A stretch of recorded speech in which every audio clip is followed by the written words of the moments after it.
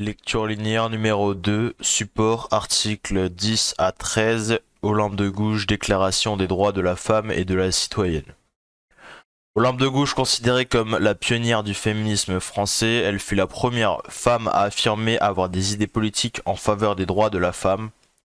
Elle défend également le droit au divorce. Elle a été convoquée pour avoir pris position politique contre Robespierre dans une autre affaire en 1793. Le lendemain, elle a été guillotinée.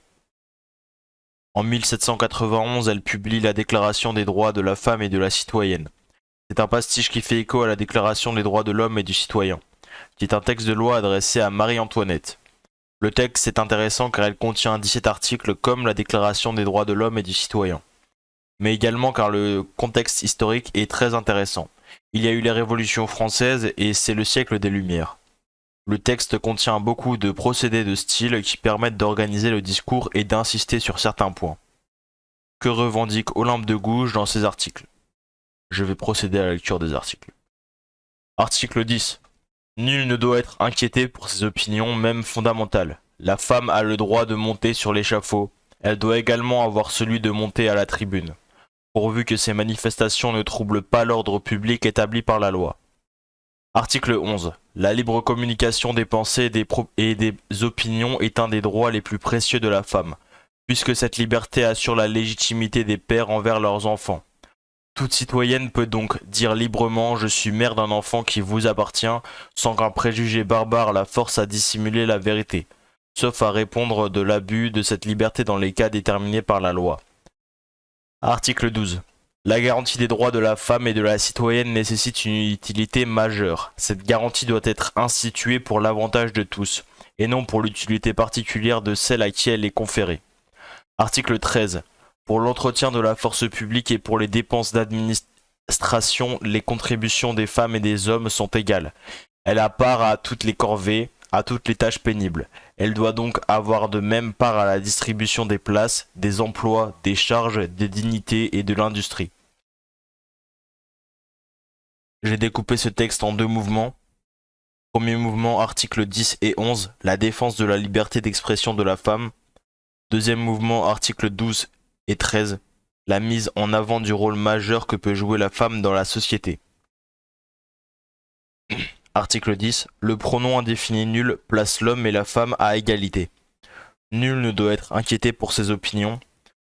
Ça affirme la liberté d'expression comme le thème principal de l'article. Le point virgule annonce l'explication, puisque la femme peut payer le non-respect des lois de sa vie. La femme a le droit de monter sur l'échafaud, elle doit avoir le droit de s'exprimer. Elle doit également avoir celui de monter à la tribune. Ironie du sort, Olympe de Gouges sera guillotinée. Ce parallèle est particulièrement efficace en matière d'argumentation. La fin de l'article évoque la notion de respect de l'ordre public, pourvu que ces manifestations ne troublent pas l'ordre public établi par la loi. Cela montre que la femme est donc soumise à la loi comme l'homme. Olympe de Gouges n'affirme aucune supériorité de celle-ci, mais demande bien l'égalité. L'article est rédigé au présent, emploi d'un présent de vérité générale attendu dans les textes de loi et qui se poursuivra dans les articles suivants. Article 11. Olympe de Gouges parle d'une généralité, la liberté d'expression commune à l'homme et à la femme, et figurant dans la Déclaration des droits de l'homme, la libre communication des pensées et des opinions. Le comparatif de supériorité le plus précieux insiste sur ce droit qui est fondamental. Le terme homme est alors remplacé par femme. Si la Déclaration des droits de l'homme évoque la liberté de penser, de s'exprimer sans être censuré, tout citoyen peut donc parler, écrire, imprimer librement. Citation. Olympe de Gouges met en avant le droit qui reconnaît à la femme la possibilité de désigner le père de ses enfants lorsque ceux-ci sont illégitimes. Toute citoyenne peut donc dire librement « Je suis mère d'un enfant qui vous appartient ». Olympe de Gouges évoque cette fois un problème spécifique à la femme, celui des enfants qui ne sont pas reconnus par leur père et qui placent la femme dans une situation cruelle, comme le souligne l'expression « préjugé barbare ». La femme est rejetée par la société alors que l'homme ne subit aucune conséquence. L'argumentation progresse grâce à des connecteurs logiques, puisque conjonction de subordination, donc conjonction de coordination. On passe au terme femme et au terme citoyenne. Ce qui est de l'ordre privé doit entrer dans la Constitution. Alors que l'article 10 évoquait la vie publique, l'article 11 aborde l'égalité homme-femme dans la vie privée. Ce sujet particulier et spécifique doit être garanti par la loi. La loi doit prendre en considération les spécificités de la femme. Olympe de Gouges est elle-même une enfant illégitime. C'est donc un problème qu'elle connaît. Olympe de Gouges déclare que la femme doit avoir des droits, mais qu'elle a également des devoirs. Elle doit respecter la loi en se montrant honnête. Le terme abus met la femme en garde et l'exhorte à ne pas abuser des droits pour lesquels Olympe de Gouges se bat. Comme dans l'article précédent, Olympe de Gouges ramène la femme au respect de la loi à laquelle elle n'est pas supérieure. Nous allons passer au deuxième mouvement, la mise en avant du rôle majeur que peut jouer la femme dans la société. Article 12, Olympe de Gouges signale que le rôle de la femme est l'affaire de tous. C'est une utilité majeure, la femme peut contribuer par le rôle qu'elle va jouer dans la société au bien de tous, hommes et femmes. Les droits revendiqués ne le sont pas pour la simple et bonne raison que le confort de la femme doit profiter à la société tout entière. Pour l'avantage de tous. Citation. Article 13. La Déclaration des droits de l'homme met en avant l'obligation fiscale et un impôt proportionnel à ce que possède le citoyen. Olympe de Gouges n'évoque pas directement cela, mais insiste sur les contributeurs eux-mêmes qui doivent être hommes et femmes. Les contributions des femmes et des hommes sont égales. Olympe de Gouges évoque la contribution de la femme à l'impôt. C'est un devoir. Mais aussi le droit au travail comme le montre l'accumulation et la part et de l'industrie.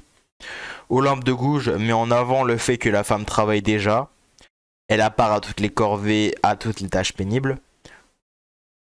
Qui fait ressortir les termes péjoratifs corvée plus tâches pénibles, accentués par la répétition de l'adjectif toute, qui montre qu'aucun de ces travaux difficiles n'épargne la femme. Mais en payant l'impôt, les femmes doivent avoir accès aux mêmes emplois que les hommes et accéder à des postes plus reconnus et élevés. Elles doivent donc avoir de même part à la distribution des places, des emplois, des charges, des dignités et de l'industrie.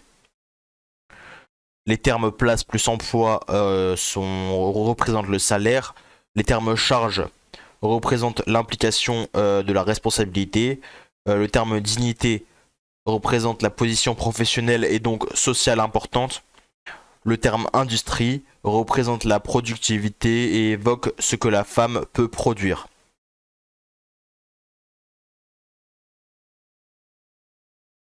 Pour finir, Olympe de Gouges peut-être et veut surtout une égalité homme-femme, car c'est un droit naturel et fondamental qui, selon elle, est la suite logique de la révolution.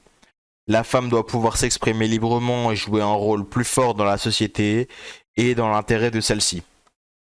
Dans un premier temps, nous avions vu la défense de la liberté d'expression de la femme, ainsi que la mise en avant du rôle majeur que peut jouer la femme dans la société. Fin de la lecture linéaire numéro 2.